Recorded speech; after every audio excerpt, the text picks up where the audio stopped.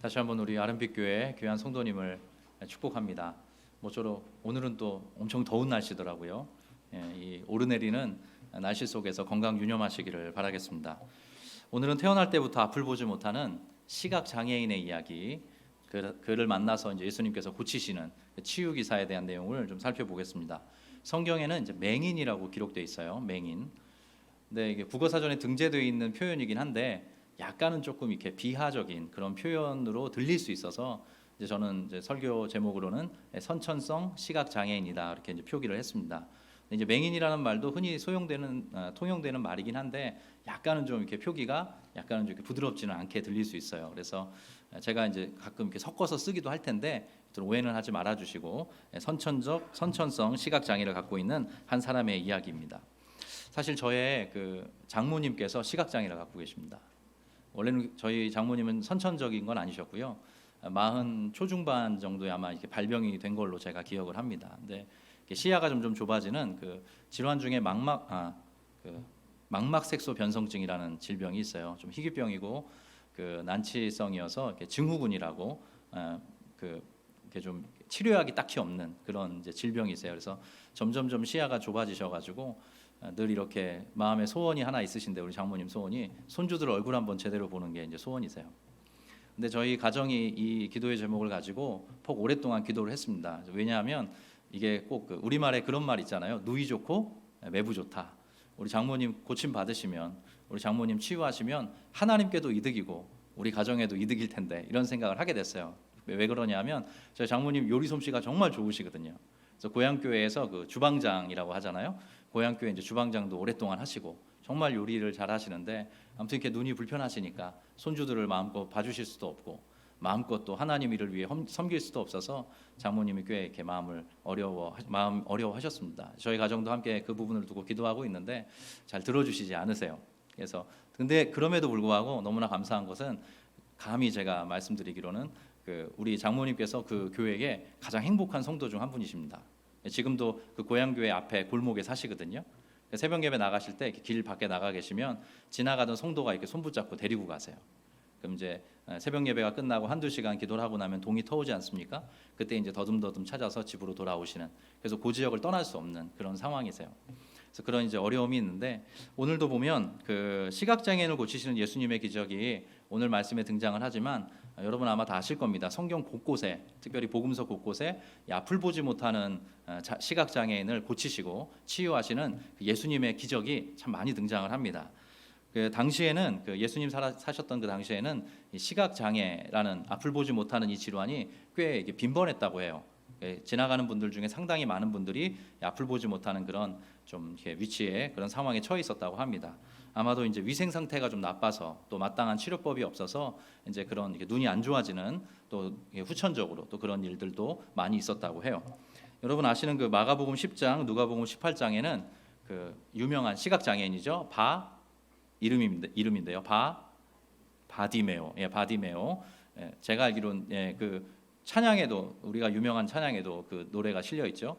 예수님이 말씀하시니 바디메오가 눈을 떴다네. 어릴 때부터 이제 그 찬양을 많이 불렀었는데 그 바디메오로 대표되는 이 시각 장애인들을 고치시는 그 예수님의 기사가 많이 등장합니다. 이유가 있습니다. 왜 복음서에 특별히 이렇게 앞을 보지 못하는 성도들, 앞을 보지 못하는 사람들을 고치시는 예수님의 이야기가 많이 등장하는가? 예수께서 오시면, 메시아께서 오시면, 그리스도께서 오시면 이러이러한 일이 나타날 텐데 그게 바로 이렇게 구약에 이런 방식으로 예언돼 있었기 때문입니다. 이사야 35장 말씀인데요. 같이 한번 읽어보겠습니다. 시작. 그때에 맹인의 눈이 밝을 것이며 못 듣는 사람의 귀가 열릴 것이며 그때에 저는 자는 사슴같이 뛸 것이며 말 못하는 자의 혀는 노래하리니 이는 광야에서 물이 솟겠고 사막에서 시내가 흐를 것임이라. 아멘. 메시아께서 오셔서, 메시아라는 말은 이제 히브리 말이고요. 그리스도, 이건 헬라 말입니다. 구약 성경과 신약 성경의 표기인데요. 같은 뜻이에요. 구원자라는 뜻이죠. 구원자, 기름 부음 받은 자께서 이 세상 가운데 오시면 그때에 가장 먼저 맹인의 눈이 밝게 될 것이다. 이사야서의 구약 성경에 그렇게 예언되어 있었습니다. 예수께서 이 땅 가운데 오셔서 공생애의 삶을 사시죠. 가르치시고 전파하시고 치유하시는 삶을 사세요. 그러다가 세례 요한이 감옥에 갇히게 됩니다. 예수님의 길을 예비했던 사람인데요. 세례 요한이 감옥에 갇혀요. 감옥에 갇히고 나니까 좀 마음이 상당히 심란하고 또 헛헛한 거예요. 하나님의 일을 위해서 봉사했는데 왜 이런 일이 나에게 일어났나 하면서 제자들을 통해서 예수님께 가서 질문을 하게 합니다. 그때 예수님의 질문이 이러합니다. 여기 마태복음 11장인데 여긴 제가 읽겠습니다.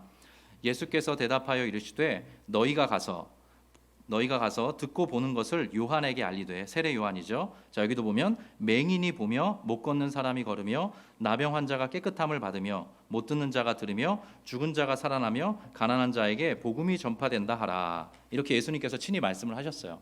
그러니까 뭐예요?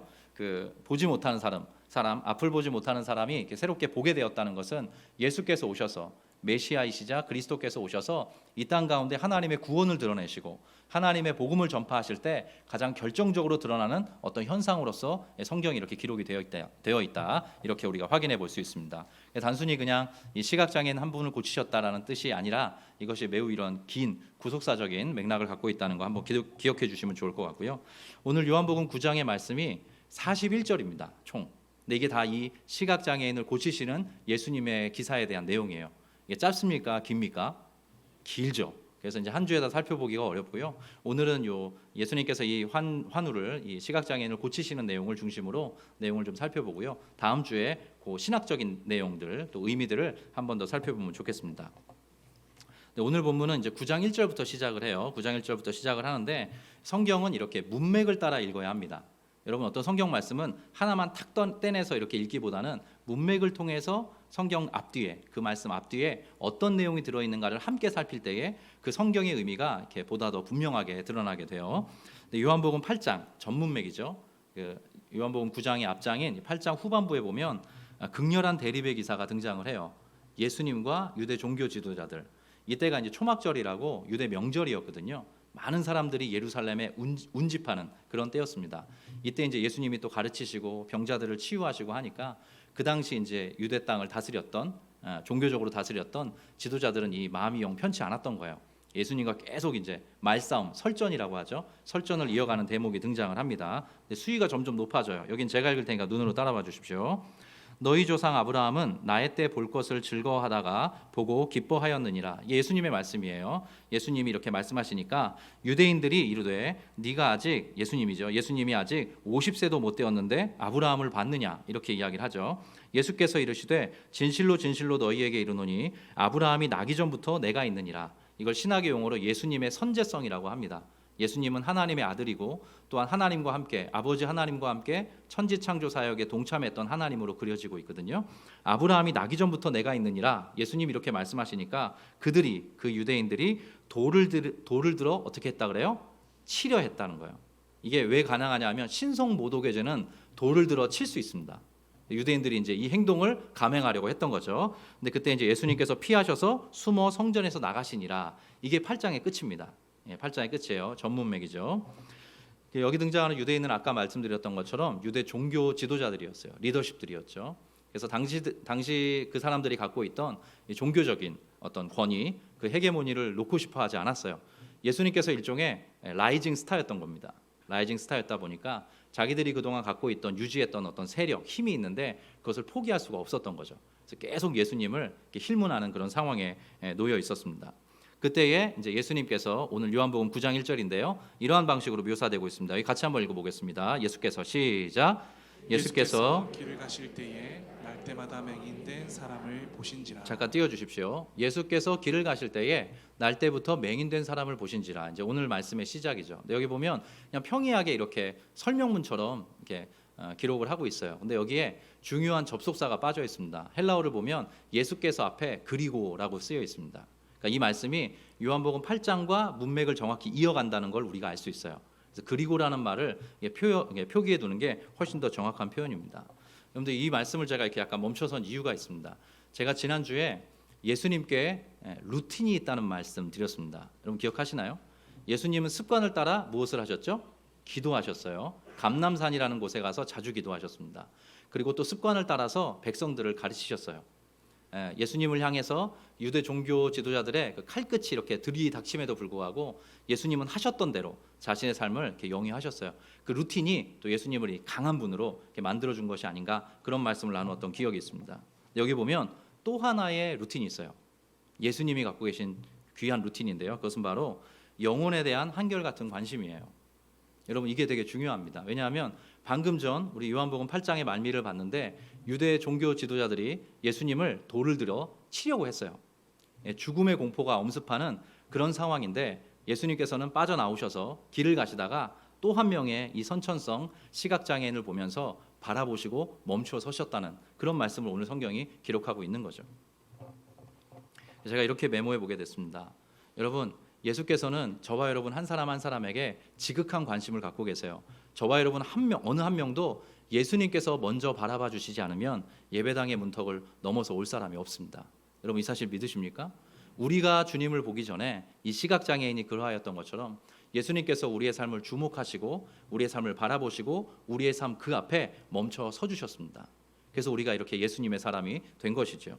여기에 보면 맹인된 사람을 보셨다 이렇게 기록되고 있는데요. 이게 단순히 그냥 바라봤다 이런 차원이 아니라 헤아려 알다라는 뜻이에요. 이게 보다라는 말로도 번역이 되고 알다라는 말로도 번역이 돼요. 어디에 많이 등장하냐 하면 요한계시록에 보면 7개 교회에 보내는 편지가 요한계시록 앞부분에 등장을 하거든요. 근데 거기에 보면 이런 말씀이 많이 등장을 합니다. 내가 너의 행위를 안다. 내가 너의 수고를 안다. 내가 너의 애씀을 알고 네가 믿음을 지키기 위해 분투하고 있는 건 내가 안다. 그 단어가 바로 이 보신지라라는 말이에요. 같은 단어로 쓰여 있습니다. 그래서 제가 이 자리에서 멈춰서서 기도하게 됐어요. 오늘도 우리 귀한 성도님들 또 가정마다 예수님께서 멈춰 서셔서 바라봐 주셔야 되는, 예수님께서 주목해 주셔야 되는 여러 가지 형편과 처지 속에 있는 그런 성도와 가정이 참 많으십니다. 그래서 제가 마음으로 기도하면서 이 말씀을 준비했어요. 하나님 찾아가 주시고 바라봐 주시고 주목하여 주시옵소서. 그래서 놀랍게도 예수님께서 바라보실 때, 예수님께서 그 시각장애인을 주목하실 때 이 사람이 보게 돼요. 이 사람이 치유를 받게 됩니다. 그래서 주님의 시선이 머무는 그런 가정과 성도가 되기를 원합니다. 제가 그런 마음으로 기도를 하게 되었습니다. 바라기를 우리 귀한 성도님들의 삶에 예수님의 시선이 머무는 그런 은혜가 있으시기를 주의 이름으로 축복합니다. 예수님이 바라보실 때 기적이 일어나는 법입니다. 예수님께서 주목하실 때 기이한 일이 나타나게 되는 것이죠. 자, 근데 예수님의 이 보드라운 마음, 그 한 영혼을 향한 한결같은 마음과 대비되는 제자들의 조금 차가운 질문이 이어서 등장합니다. 요한복음 9장 2절인데요. 여러분이 한번 읽어주시면 좋겠습니다. 제자들이 시작. 제자들이 물어 이르되 라피여 이 사람이 맹인으로 난 것이 누구의 죄로 인함이니까 자기니까 그의 부모니까. 제가 한 번 더 읽겠습니다. 제자들이 물어 이르되 라삐여, 예수님께 질문하는 거죠. 이 사람이 맹인으로 난 것이 누구의 죄로 인함이니까 자기이니까 부모니까 이렇게 물어요. 여러분 이 질문의 뉘앙스가 어떠세요? 따뜻하게 들립니까? 차갑게 들립니까? 차갑게 들려요. 되게 냉정하게 들립니다. 어떠한 사람이 선천적으로 태어날 때부터 앞을 보지 못하는, 그래서 어떤 색깔도 어떤 사물의 모습도 기억할 수 없는 그런 사람을 앞에 두고 제자들, 예수님의 곁에서 예수님을 주목하여 보고 예수님을 뒤따랐던 사람들이 한다는 이야기가 이 사람이 이렇게 태어난 이유가 그 사람의 죄 때문입니까? 부모의 죄 때문입니까? 이렇게 대단히 잔인하고도 차가운 질문을 던지고 있습니다. 근데 이게 이 제자들의 잘못만은 아니에요. 그 당시에 랍비들이 이렇게 가르쳤습니다. 그렇게 가르쳤어요. 이것이 그 당시의 통념이었고 고정관념이었어요. 그래서 어떤 사람이 선천적으로 어떤 장애를 안고 태어난다는 것은 첫 번째 그 부모에게 죄가 있기 때문이다. 아주 나이스한 평가인 거죠. 잔인한 평가이기도 합니다. 혹은 그 선천적인 장애를 안고 태어난 그 사람이 엄마의 태중에 있을 때 태중에서 죄를 지었기 때문이다. 이렇게 이제 해석을 해버린 거예요. 근데 이런 해석을 하면 잘 보십시오. 인과응보라는 말이죠. 죄가 있기 때문에 이렇게 이런 장애를 안고 태어나게 됐다. 이렇게 이야기를 하는데 제자들이 꺼낸 질문과 예수님의 이 바라보심이 얼마나 극명한 대비에 있는지 한번 살펴볼 필요가 있어요. 자, 제자들이 했던 이 사람이 이런 재난이 있습니다. 이 사람이 이런 불행을 겪고 있는데 그게 부모의 죄 때문입니까? 이 사람의 죄 때문입니까? 라고 묻는 건 어떻게 보면 이 사람에게 관심을 갖고 묻는 것일 수 있지만 사실은 자기 자신이 의인이라는 것을 드러내는 질문입니다. 보세요. 이 사람에게 장애가 있어요. 이 사람이 이런 장애를 갖고 있는 게 부모의 죄 때문입니까? 그 사람의 죄 때문입니까? 라고 묻는 거는 단순히 이 사람에 대한 이야기가 아니라 그런 장애가 없는, 그런 장애를 갖지 않은 자기 자신은 그럼 뭐라는 거예요? 죄 없는 사람이라는 뜻입니다. 우리는 의인이라는 거예요. 그래서 이런 마음이, 이런 생각들이 그 당시에 통념으로 자리 잡고 있었다는 거죠. 근데 예수님께서 이렇게 말씀을 하세요. 예수님이 어떻게 말씀하시냐면 아주 강한 어조로 이렇게 말씀하세요. 아니다. 이 사람이 이렇게 태어난 것은 그 사람의 죄 때문도 아니고 부모의 죄 때문도 아니다. 오히려 그 사람에게서 하나님이 하시고자 하는 일을 나타내기 위함이다. 이런 말씀을 하세요. 그 말씀을 한번 보겠습니다. 9장 3절 말씀인데요. 띄워주실까요? 같이 읽겠습니다. 시작. 예수께서 대답하시되 이 사람이나 그 부모의 죄로 인한 것이 아니라 그에게서 하나님이 하시는 일을 나타내고자 하심이라. 예, 띄워주십시오. 그에게서 하나님이 하시는 일을 나타내고자 하심이라. 여러분, 예수님 얼마나 멋진 분이신지요. 어떤 사람에게 선천적으로 피할 길이 없는 이런 재난과 재앙이 닥쳤을 때, 평생 가슴앓이하고 고통 중에 살아가고 있을 때 누군가는 묻죠. 저 사람이 저렇게 태어나서 고생하는 거 그 사람이 죄를 많이 졌기 때문이야. 혹은 그 사람의 부모가 죄를 졌기 때문이야. 이런 식으로 사람들은 말을 해요. 그리고 그런 평가를 내리는 사람은 상대적인 우위에 서게 되죠. 왜냐하면 그 사람은 소위 정상인으로, 비장애인으로 살아가니까. 자기는 의인이라고, 자기는 죄가 없다고 이런 식으로 판단하면서 살아간다는 거죠. 예수님의 관점은 전혀 다릅니다. 오히려 그 사람에게서 하나님이 하시고자 하는 일을 나타내기 위하여서 이러한 상황을 한시적으로 하나님이 허용하셨다. 주님은 그런 식으로 접근을 하고 계시다라는 것이죠. 그래서 제가 기도하게 됩니다. 제가 어떤 기도를 하게 되냐면 저의 기도 제목은 이거예요. 한 영혼을 바라볼 때 주님의 시선으로 바라볼 수 있도록 저에게 그 영안을 주시옵소서. 저는 그 기도를 가장 많이 해요. 그 사람의 형편과 처지를 저의 고정관념, 저의 선이해로 바라보지 않고 예수님의 마음으로, 하나님의 마음으로 바라볼 수 있도록 그 마음과 그 눈을 저에게 허락해 주시옵소서. 여러 성도님께 묻습니다. 우리가 신앙을 갖고 있다라고 하고 이 당시 바리새인들도 유대 종교 지도자들도 또 예수님의 제자들도 예수님을 보았고 예수님에 대한 소식을 알고 있었어요. 심지어 예수님을 따랐지 않습니까? 제자들은. 그런데도 이러한 고정관념에 갇혀 있었어요. 주의 이름으로 여러 성도님들께 부탁드립니다. 여러분의 마음의 시야가 훨씬 더 넓어지기를 주의 이름으로 축복합니다. 그리고 어떤 상황에 처해 있든지 어떤 고통스러운 환경 속에 놓여 있든지 그 한 영혼을 향해서 예수님의 마음과 같이 그를 바라보고 그를 헤아릴 수 있는 그런 영혼에 대한 감수성이 회복되는 귀한 성도들 되시기를 주의 이름으로 축복합니다. 제가 여러 번 말씀드리지만 우리는 예수님을 믿고 천국 가기로 보장받은 사람임은 분명합니다. 하나님이 끝끝내 그 구원을 이루실 거예요. 근데 우리를 이 세상 가운데 살아가도록 하나님이 놔두시는 이유가 있는 것입니다. 그것은 뭐예요? 예수님의 이 마음으로, 예수님의 이 시야로 세상을 바라보고 세상을 섬기도록 하나님이 우리를 그 자리에 위치시키신 것입니다. 여러분, 이 사실을 꼭 믿으시기 바랍니다. 닉 부이치치라는 사람 여러분 아마 아실 텐데요. 몇 년 전부터 아주 유명하게 된 그런 강연자이죠. 네, 아시다시피 그분의 아마 이 모습을 다 보셨을 거예요. 팔다리 없이 태어나게 된 거죠. 근데 이 사람의 그 기사를 제가 서치를 하다가 참 놀라운 그 기록을 보게 됐습니다. 제가 그 내용을 읽어드릴게요. 저는 15세 때 요한복음 9장을 읽고 하나님이 날 사랑한다는 확신을 가졌습니다. 그러나 제가 태어난 목적을 단번에 알게 된 건 아니었습니다. 그런데 놀랍게도 제 이야기에 많은 이들의 마음이 변하는 걸 보면서 제게 강연의 은사가 있다는 걸 알게 됐습니다. 복음 전도자로서의 소명도 이때 발견했고요. 기독교인이 아닌 청중에게도 상황을 보면서 가끔씩 하나님을 전합니다. 종교적인 이야기가 결례가 되는 곳도 있으니까요.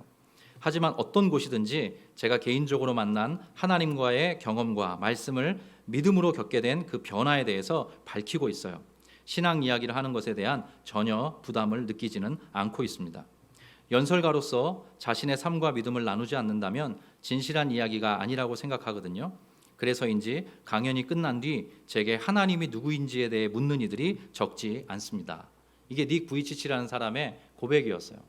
날 때부터 팔다리가 없이 태어나게 된 장애인이었죠. 근데 그 장애인이 요한복음을 읽어가다가 15살 때쯤 이 요한복음 9장에 시선이 고정이 되었고, 아, 내 삶을 향한 하나님의 뜻이 있구나. 나의 인생이 나의 죄도 아니고 부모의 죄도 아니고 나를 통하여서 하나님께서 하시고자 하는 일이 있구나. 그것을 믿게 되었다는 것입니다. 그리고 이 사람의 삶은 대단히 많이 변화되게 되었고 지금도 수많은 사람들에게 직간접적으로 하나님이 누구이신지를 전하는, 또 새로운 삶의 소망을 부여하는 그런 복음 전도자로서의 삶을 살아가고 있다. 그렇게 좀 이야기를 해주고 있어요. 저에게도 똑같지는 않지만 비슷한 삶의 지평이 있어서 좀 나누고 싶습니다. 제가 이 말씀을 이렇게 마주하게 된 게 닉 부이치치와 거의 같은 때였습니다. 제가 중학교 3학년 때 하나님을 만나고 그 주일학교 선생님이 저에게 요한복음을 반복해서 읽으라 그렇게 권면의 말씀을 해주셨어요. 사실은 좀 숙제를 주셨어요. 그게 8월쯤이었는데 연말까지 20번을 읽으라는 거예요. 사실 적지 않은 숙제여서 헉헉거리면서 따라갔습니다. 요한복음만이 아니라 로마서도 30번이나 읽으라고 하셨으니까 숙제가 어마어마했죠. 근데 제가 한번 말씀드렸을 거예요. 한 10번까지는 요한복음을 아무리 읽어도 이게 무슨 말인지 잘 모르겠는 거예요. 근데 그때의 저의 지평이 이랬습니다. 제가 하나님을 믿고 뜨거운 신앙을 체험하고 나니까 한편으로는 행복해졌는데 본의 아니게 점점 더 비교하게 되더라고요. 열등감을 갖게 됐어요. 왜냐하면 제가 한번 말씀드린 것처럼 저희 고향 교회는 대부분 이제 가정 단위로 신앙생활을 했는데 정말 믿음 좋은 장로님 집에는 아들이 6이 있고 그 6이 다 목사가 됐거든요. 어마어마한 집안이지 않습니까? 또 그 집안과 거의 이제 쌍벽을 이룬다고 할까요? 정말 많이 헌신하고 뜨거운 변화를 경험하고 하나님의 교회를 위해서 애쓰고 수고하는 또 이 주일학교 부장님, 중고등부 부장님 가정이 있었어요. 그 집안에도 이제 아들이 둘 있었는데 제가 이제 마음으로는 하나님이 은혜 주셔서 제가 온 가족 중에 처음으로 하나님을 믿게 되고 하나님이 많이 어루만져 주시는 그런 경험들을 했지만 이 상황을 볼 때면 마음이 점점 어려워지는 거예요. 왜 우리 부모님 이렇게 성실하게 열심히 살아가시는데 우리 집은 이렇게 조금 가난한가? 그런 질문을 하게도 됐고, 왜냐하면 가까운 집들은 뭐 방이 4개 뭐 이런 집도 있었기 때문이죠. 또 하나는 여튼 이렇게 신앙생활을 혼자 하려다 보니까 마음이 퍽 어려워질 때가 있는 거예요. 송구영신 예배 때 온 가족이 함께 나란히 앉아 있는 모습을 뒤에서 보기만 해도 마음이 좀 불편한 거예요. 기왕이면 하나님 좀 믿는 가정에서 태어나게 하시지만 그런 좀 이렇게 서운한 이야기도 했던 것 같아요. 근데 제게 그때 어떤 일이 있었냐면 여름 그 다음번 아마 수련회 때인가 그랬는데 그 아까 말씀드린 중고등부 이제 부장님 또 아내분도 이제 권사님이신데 교사로 함께 섬기셨거든요. 근데 이제 그 권사님이 이제 수련회 때 이런 말씀을 하시는 거예요. 그 둘째 아들한테 이런 말을 하신 거예요. 아무개야, 엄마가 네 양말 빨아서 가방에 넣어놨어. 수련회 기간에 그런 말을 하신 거예요. 수련회 기간에 자기 아들 빨래를 해주신 거죠. 근데 사실 그 듣고 지나가면 그냥 잊혀질 얘기 아닙니까? 근데 그 당시 제 맥락에 이 이야기가 마음에 탁 박히는 거예요.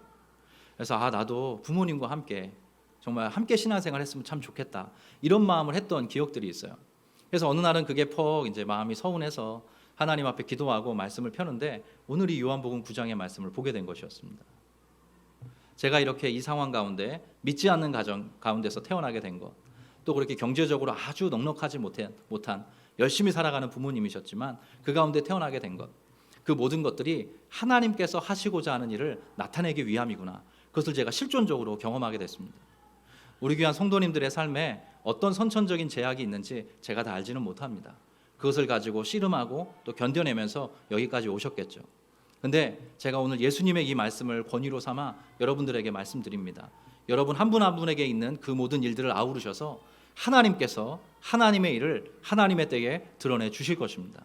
이미도 그런 경험을 하면서 여기까지 걸어오셨을 줄 믿습니다. 여러분 그래서 포기하지 않고 여러분이 갖고 있는 그런 모든 아픔과 모든 한계들, 모든 제약들을 주님께로 가지고 나아가셔야 합니다. 그때의 하나님의 관점으로 그 모든 상황들을 새롭게 해석할 수 있게 되는 것이죠. 여러분 믿으시기 바랍니다.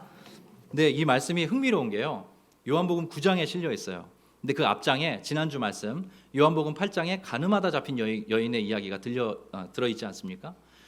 가늠하다 잡힌 여인의 이야기는 이 여인이 후천적으로 경험한 한계와 제약에 관련된 이야기예요. 가늠하다가 잡혔지 않습니까? 예, 자기의 어떤 행동 때문에 일어난 일들이죠. 근데 오늘 이 요한복음 9장의 이야기는 제가 형제로 알고 있는데 이 남성, 이 시각장애인이 선천적으로 갖고 있었던 한계와 제약과 관련된 문제였어요. 그래서 이 요한복음 8장과 9장을 함께 읽으면 이러한 결론에 도달하게 됩니다. 예수님께서는 우리의 모든 선천적인 그리고 후천적인 한계와 연약 그리고 모든 제약으로부터 우리를 구원해 주시는 분이십니다. 여러분 이 사실 믿으십니까? 저와 여러분이 살아오면서 또 원래부터 갖고 있었던 모든 한계가 있고 모든 연약함이 있고 모든 제약이 있고 모든 아픔이 있고 어떤 고통들이 있는데 예수님께서는 그 모든 것들을 어루만져 주시고 다시 한번 살아갈 수 있도록 미래와 소망을 열어주시는 그런 분이신 것입니다. 그래서 우리가 예수님을 믿는다는 것, 오늘 이 시간도 우리가 예배하는 게 누가 억지로 불러서 이 더운 여름에 누가 예배하겠습니까? 우리가 한 분 한 분이 그 예수님을 만났기 때문이죠. 예수님께서 우리 인생 가운데 찾아오셔서 우리가 짊어지고 있는 모든 짐들, 그것이 선천적인 것이든 후천적인 것이든 그 모든 것들을 어루만지시고 예수의 이름으로 고쳐주시고 예수의 이름으로 치유하여 주시고, 또 그 모든 것들을 다시 한번 살아갈 수 있는 미래와 소망을 선사해 주셨기 때문에, 살아갈 힘을 우리에게 불어넣어 주셨기 때문에 우리가 이렇게 예배자로 이 자리에 서 있는 것 아니겠습니까? 다시 한번 그 주님과 뜨겁게 교제하시고 그 주님을 마음판에 깊이 모시고 살아가시는 귀한 성도들 되시기를 주의 이름으로 축복합니다. 그래서 요한복음 8장과 9장의 핵심은 뭐냐면 바로 이 말씀입니다. 이 말씀입니다. 예수님께서 생명의 빛이시라는 말씀과 이 본문이 얽혀져 있어요. 요한복음 8장 12절 말씀인데요. 같이 한번 읽겠습니다. 시작. 예수께서 또 말씀하여 이르시되 나는 세상의 빛이니 나를 따르는 자는 어둠에 다니지 아니하고 생명의 빛을 얻으리라. 여러분 아멘이십니까? 예수님께서 나는 생명의 빛이다. 너희들이 갖고 있는 모든 선천적인 한계들, 모든 후천적인 제약들과 연약들, 그런 거 내가 다 알고 있다. 그런데 너희 어둠에 다니지 않고 내가 빛 가운데로 걸어오도록 인도해 줄 것이다. 왜냐하면 그 일을 위해서 나는 이 땅 가운데 온 하나님이 보내신 세상의 빛이다. 예수님께서 자기 자신을 그렇게 지금 선언해 주고 계신 것입니다. 예수님께서 근데 이 말씀 안에 감추어 두신 또 하나의 중요한 좀 특징이 있습니다. 아까 말씀드린 것처럼 제자들은 이 사람이 이런 형편에 처한 것이 그 자신의 죄 때문입니까? 부모의 죄 때문입니까? 이렇게 그냥 정리하고 타자화시켜서 넘어가려고 해요. 이 사람은 그냥 그런 죄 때문에 이렇게 됐구나 하고 그냥 이해하고 넘어가려고 해요. 근데 예수님의 접근 방식은 조금 다릅니다. 9장 4절의 말씀을 한번 볼까요? 제가 읽겠습니다. 때가 아직 낮음에 나를 보내신 이의 일을 우리가 하여야 하리라. 그리고 밤이 오리니 그때는 아무도 일할 수 없느니라. 내가 세상에 있는 동안에는 세상의 빛이라. 그 말씀까지. 그 말씀은 안 들어있네요. 제가 한번 더 읽어드릴게요. 때가 아직 낮음에 나를 보내신 이의 일을 우리가 하여야 하리라. 밤이 오리니 그때는 아무도 일할 수 없느니라. 내가 세상에 있는 동안에는 세상의 빛이로라. 주님이 이런 말씀을 주시거든요.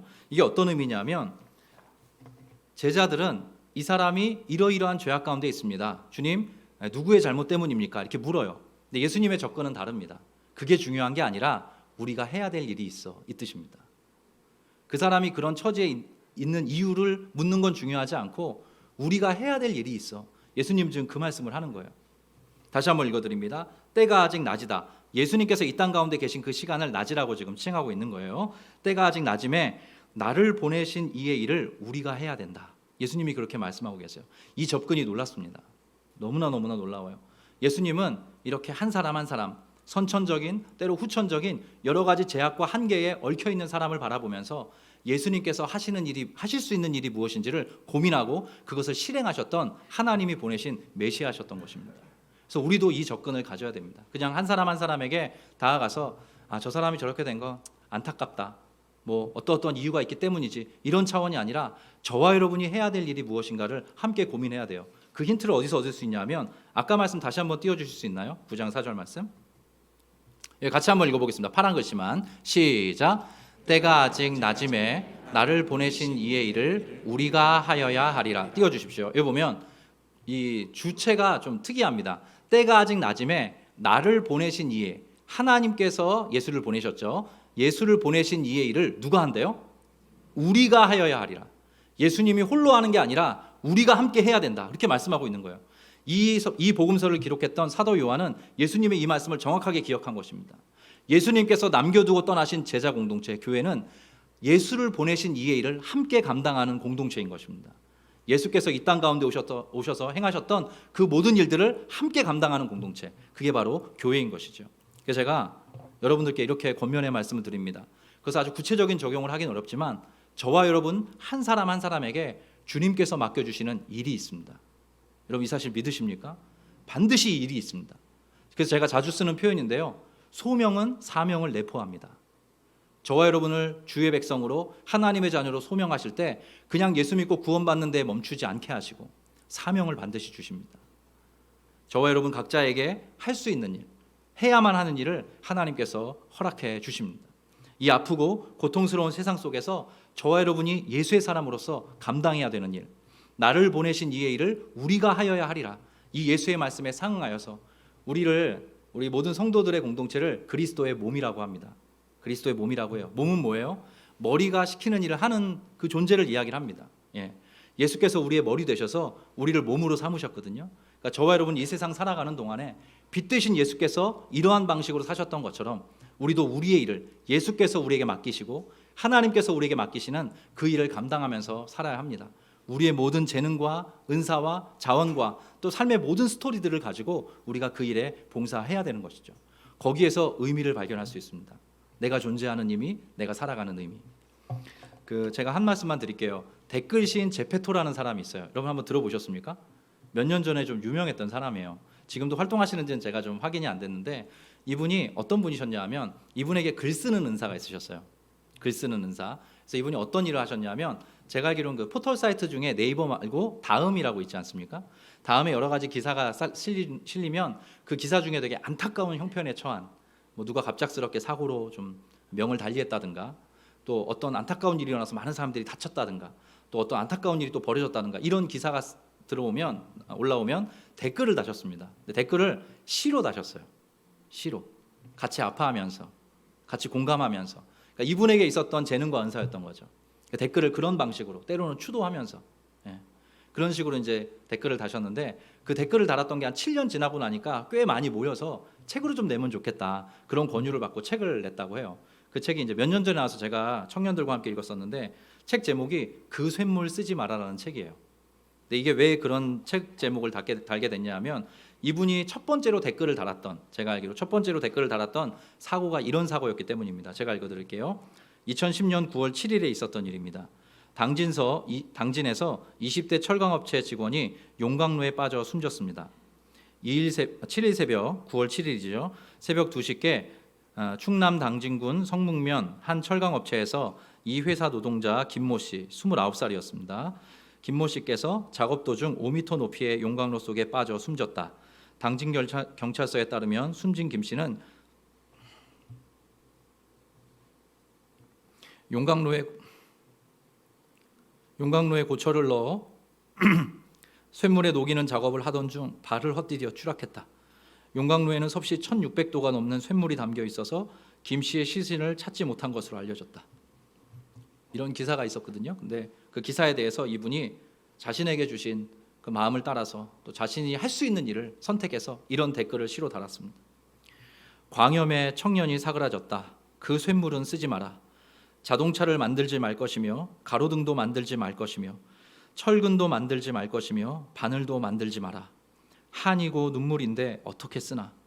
그 쇳물 쓰지 말고 맘씨 좋은 조각가 불러서 살았을 적 얼굴 흙으로 빚고 쇳물 부어 빗물에 씻거든 정성으로 다듬어 정문 앞에 세워주게. 가끔 엄마가 찾아와 내 새끼 얼굴 한번 만져보자 하게. 이게 이분이 썼던 댓글이셨거든요. 저는 저의 말이, 저의 삶이 하나님께서 저에게 주셨던 모든 스토리가 영혼들을 살리고 영혼들을 섬기고 영혼들을 세우는 일에 쓰임받기를 기도하고 있습니다. 제가 여러 성도님들께 조심스럽게 여쭙습니다. 저와 여러분 예수의 이름으로 구원받은 사람들 아닙니까? 예수님께서 말씀하세요. 나를 보내신 이의 일을 우리가 하여야 하리라. 나를 보내신 이의 일을 우리가 하여야 하리라. 선천적인 여러 가지 고통 속에, 후천적인 여러 가지 제약 속에 지금 아파하고 고통하는 사람들이 참으로 많이 있습니다. 사람들은 저래서 저런 거야, 그래서 저런 거야, 쉬운 말로 정죄해 버립니다. 판단해 버려요. 근데 우리 예수의 사람들은 그래서는 안 됩니다. 한 영혼을 향한 감수성을 회복해야 합니다.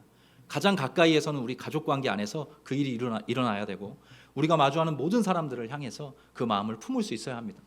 우리가 예수님을 닮아간다는 것은 우리의 외형이, 외모가 혹은 심지어 우리의 어떤 행동이 닮아가기 이전에 우리의 마음이 예수님을 닮은 이 마음을 품게 되는 데 있음을 여러분 믿으시기 바랍니다.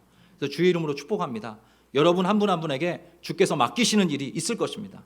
그 맡기시는 일 예수의 이름으로, 예수의 이름 힘입어서 의지하면서 감당하시는 귀한 성도들 되시기를 주의 이름으로 축복합니다. 제가 다음 주 주일에 우리 남성 성도들과 함께 그 다락방에 속한 우리 순원분들 함께 좀 모이면 좋겠다 이렇게 말씀을 드렸어요. 제가 한두 번 말씀드렸는데 이번 주에도 한 가정의 가장분을 만났거든요. 신방을 했습니다. 근데 이분의 직장이 여의도시더라고요. 몇 시에 출근을 하시냐, 5시 좀 넘어서 이렇게 나가신다고 해요. 그리고 제가 알기로 성북구 쪽에 이제 또 직장이신 분도 계시고, 한 가정의 가장 중에. 그래서 제가 마음으로 그런 기도를 하게 됩니다. 이미 그런 삶을 여기까지 잘 견디면서 오신 분들도 계세요. 그런 남성들도 계시죠. 가장들께서 하나님이 가장으로 세워주시고 그 가정을 맡겨주셨습니다. 하나님께서 그런 질서를 허락하셨거든요. 우리 귀한 가장들께서 그 역할을 잘 감당하실 수 있도록 저는 기도하는 목회자가 될 것입니다. 그래서 그런 가장들을 통해 그 가정들이 보호받고 힘을 얻게 될 것이에요. 여러 가지 후천적인 선천적인 어려움에 봉착해 있더라도 예수께서 오셔서 치유하시고 회복해 주셨던 것처럼 우리 모든 가장들이 하나님이 주시는 새로운 힘과 능력으로 소송케 되기를 소원합니다. 그때 정말로 그 가정이 주의 은혜 아래 우리 귀한 가장의 헌신을 통해서 보호받게 될 것입니다. 그 일을 위해서 제가 한번 모이자 한 것입니다. 그래서 그런 가장들이 더 많이 일어나고 더 많이 힘을 얻게 되는 그런 교회가 된다면 그것 자체가 하나님의 일이 아니고 또 무엇이겠습니까? 마지막 대목인데요. 오늘 실로암 못에 가서 씻으라 이런 말씀이 등장을 합니다. 예수님께서 치유하시는 그런 대목인데요. 같이 한번 읽어보겠습니다. 요한복음 9장 6절부터 7절입니다. 같이 읽겠습니다. 시작. 이 말씀을 하시고 땅에 침을 뱉어 진흙을 이겨 그의 눈에 바르시고 이르시되 실로암 못에 가서 씻으라 하시니 실로암은 번역하면 보냄을 받았다는 뜻이라. 이에 가서 씻고 밝은 눈으로 왔더라. 여러분 여기 보면 좀 특이한 행보가 보입니다. 예수님이 침을 뱉으세요. 요즘 코로나 때 장난 아니죠. 이러면 큰일 납니다. 근데 여러분 이 당시에 침이라는 건요, 그 영혼의 본질을 상징하는 의미였어요. 고대 사회였으니까. 우리와 같은 이런 위생 개념이 없었을 때예요. 그래서 우리 눈으로 읽으면 예수님 좀 지저분하시네 이렇게 생각할 수 있는데 그렇지 않습니다. 예수의 생명의 본질을 의미한다라고 보면 됩니다. 그리고 아마 그런 기억 많으실 텐데 지금도 여러분 그 벌레가 물면, 모기가 물면 어떻게 해요? 저도 모르게 이렇게 침을 이렇게 바르게 돼요. 그러고 보니까 좀 나은 것 같아요. 근데 침이 좀 그런 치료의 효능이 있다라는 그런 어떤 생각, 사상은 꽤 오랫동안 인간 사회 속에서 유지되어 왔습니다. 근데 재밌는 건 침이라는 말보다도 사실은 진흙이라는 표현입니다. 예수님께서 굳이 예수님이 말씀으로 사람 고치실 수 있습니까? 없습니까? 있으시죠. 대부분 예수님이 말씀으로 치유하세요. 근데 어떤 이유가 있어서 침을 뱉어서 진흙을 이겨 그 시각장애인의 눈에 펴 바르셨습니다. 이렇게 두껍게 이렇게 발랐다고 생각하시면 안 되고요. 얇게 펴 바르신 거예요. 근데 성경에 보면 2번 하나님이 진흙을 이기시는 장면이 나옵니다. 첫 번째가 바로 오늘 말씀이고 다른 하나는 창세기 2장 7절입니다. 여호와 하나님이 땅의 흙으로 사람을 지으시고 생기를 그 코에 불어넣으시니 사람이 생명이 된지라. 여러분 예수께서는 바로 그 하나님의 창조 사역에 동참하셨던 2위 하나님이십니다. 그래서 이 땅 가운데 오셔서 이 모든 사역들을 감당하시면서 다시 한번 창조주 하나님으로서 이러한 모습을 보여주고 계신 거예요. 그 고린도 후서의 유명한 말씀이죠. 그런즉 누구든지 그리스도 예수 안에 있으면 새로운 피조물이라. 이전 것은 지나갔으니 보라 새 것이 되었도다. 태초에 이 세상을 만드실 때에 진흙으로 사람을 빚어서 그 코에 생기를 불어넣어 하나님과 교통하고 이 세상을 다스리도록 하나님께서 인간을 창조하셨습니다.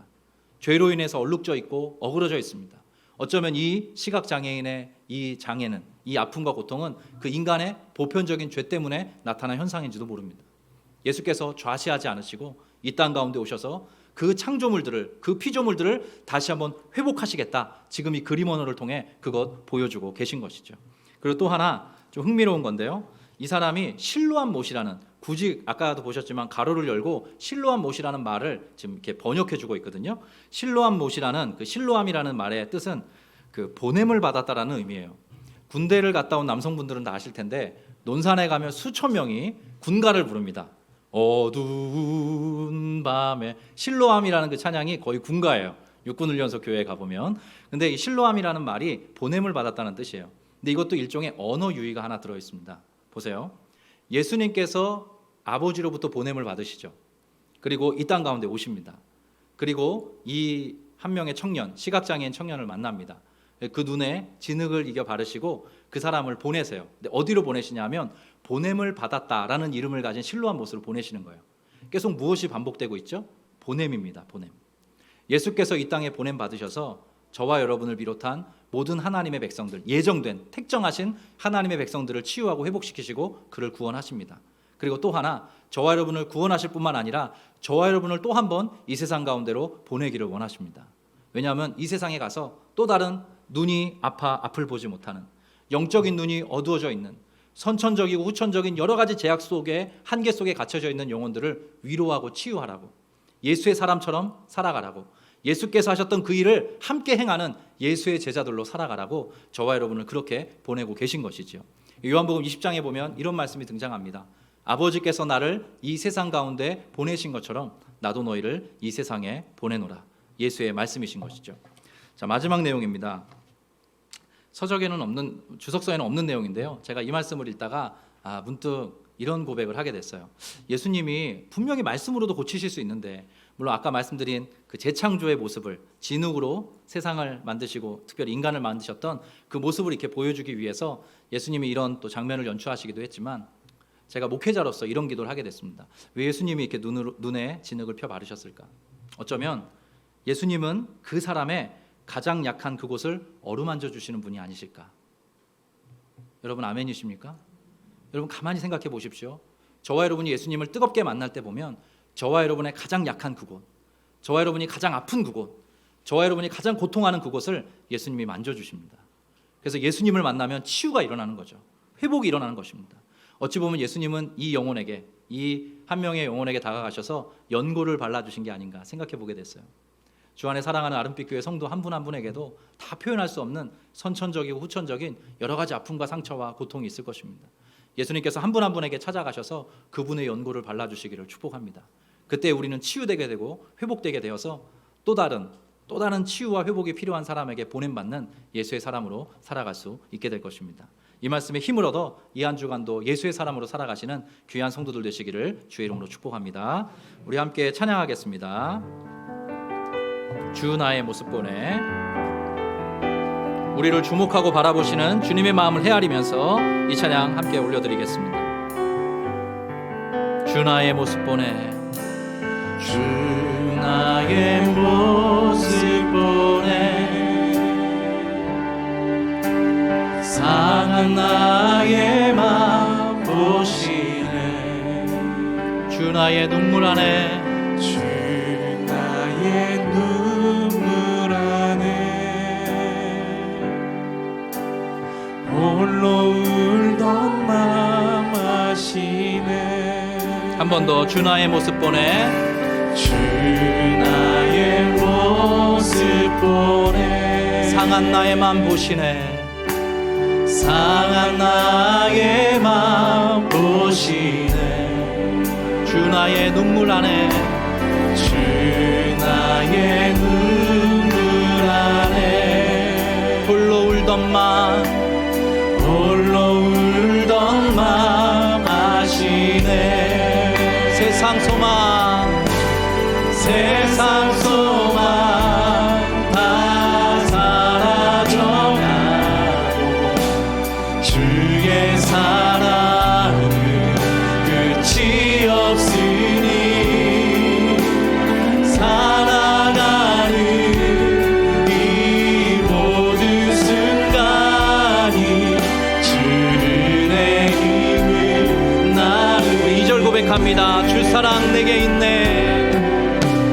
주 사랑 내게 있네. 그 사랑이 날 채우네. 그 사랑이 날 채우네. 주내 내게 있네. 주내 내게 있네. 그 은혜로 날 새롭게 세우네. 그 은혜로 날 세우네. 세상 소망. 세상 소망 다 사라져가 주의 사랑을 주의 사랑 끝이 없으니. 끝이 없으니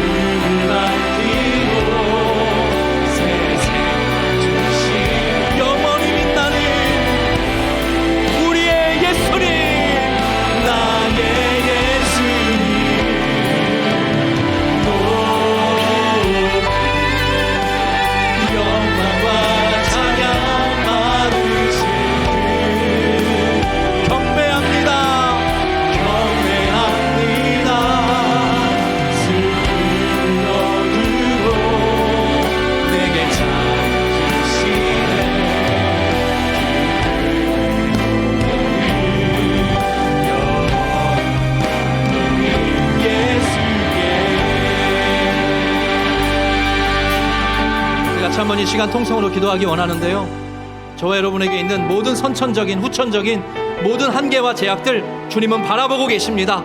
헤아려 알고 계십니다. 그분께서 말씀하십니다. 그러한 상황에 처한 이유는 그의 죄도 아니고 너의 죄도 아니고 부모의 죄도 아니다.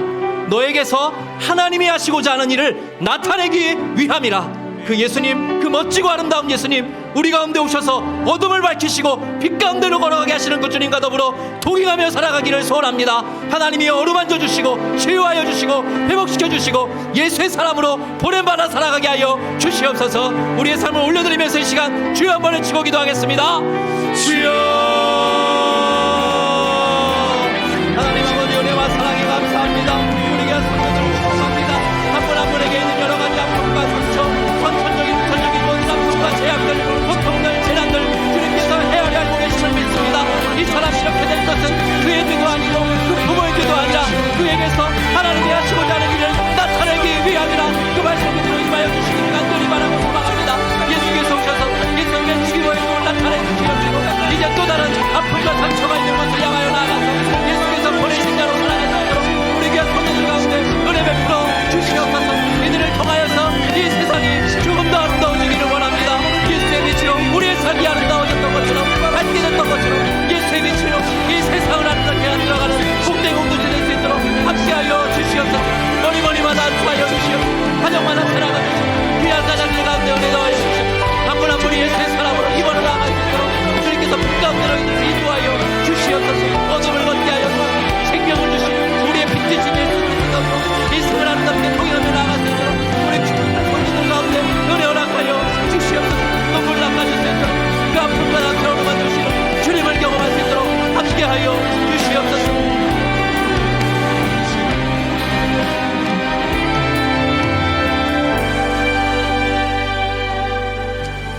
하나님 아버지, 은혜와 사랑에 감사합니다. 우리 귀한 성도님들의 여러 선천적인 후천적인 아픔과 고통과 연약과 한계들을 주님께서 헤아려 바라보고 계시는 아름다운 주님이심을 믿음으로 고백합니다. 한 분 한 분의 삶 가운데 어루만져 주시고 찾아가셔서 어루만져 주시고 그 아픔과 상처를 위로하여 주시고 이 오늘 선천성 시각장애인과 같이 보냄받은 그 자리에서 다시 한번 일어나서 회복되어서 예수가 누구이신지를 증언하며 살아가는 우리의 삶에 예수의 흔적이 있는 그런 아름다운 성도들로 살아갈 수 있도록 함께하여 주시옵소서. 묶여있는 문제들이 풀어지기를 원합니다. 여러 가지 제약들이 해결되기 원합니다. 우리의 삶에 새로운 능력이 임하기를 원합니다. 오직 여호와를 앙망하는 자는 새 힘을 얻으리니 독수리의 날개쳐 올라감 같을 것이요 걸어가도 피곤치 아니하고 달려가도 곤비하지 아니할 것이라. 그 약속의 말씀 그대로 우리 귀한 성도들, 모든 가정들, 우리의 자녀들, 특별히 가장들에게 새 힘과 새 능력, 새로운 치유의 역사 허락하여 주시옵소서.